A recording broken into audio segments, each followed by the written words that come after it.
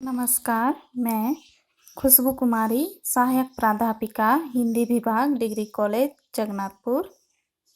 स्नातक हिंदी प्रतिष्ठा semester 5 DSE 2 विशेष पत्र खंड खा में मैथिली शरण गुप्त के कृतित्व के विषय में आज हम संक्षिप्त चर्चा करेंगे। सबसे पहले उनके साहित्य परिचय को हम देखते हैं। मैथिली शरण गुप्त जी के लेखन काल के प्रारंभिक दौर में इनकी रचनाएं कोलकाता से प्रकाशित पत्रिका वैश्वपारक में प्रकाशित होती थी।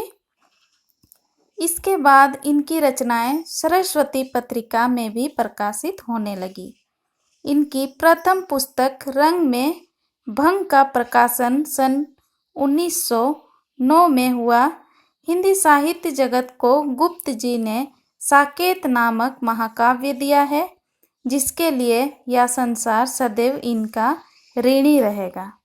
गुप्त जी ने अनेकों कविताओं एवं कृतियों का सृजन किया, जिससे हिंदी साहित्य जगत विस्मित सा रह गया।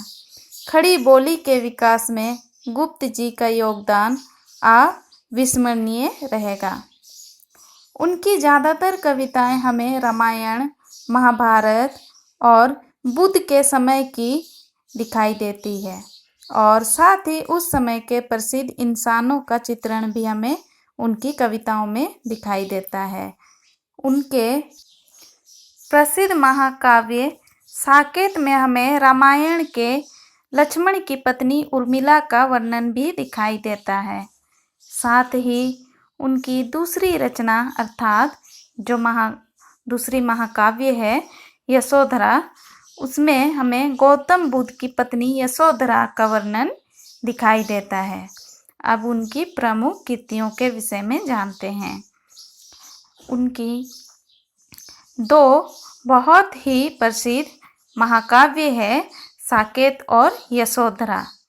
खंड काव्य है जयद्रथ वध, भारत भारती, पंचवटी, द्वापर, सिद्धराज, नाहुस, अजीत, किसान, अर्जन और विसर्जन, जय भारत, युद्ध, झनकार, पृथ्वीपुत्र, विश्ववेदना, विष्णुप्रिया, गुरुकुल, प्रदक्षिणा आदि।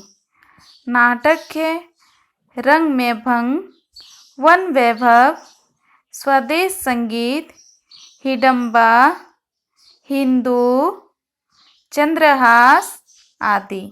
और कुछ फुटकर रचनाएं भी है, जैसे केसों की कथा और स्वर्ग सहोदर, और ये दोनों मंगल घट पुस्तक में संग्रहित है, जो मैथिली शरण गुप्त द्वारा लिखी गई पुस्तक है।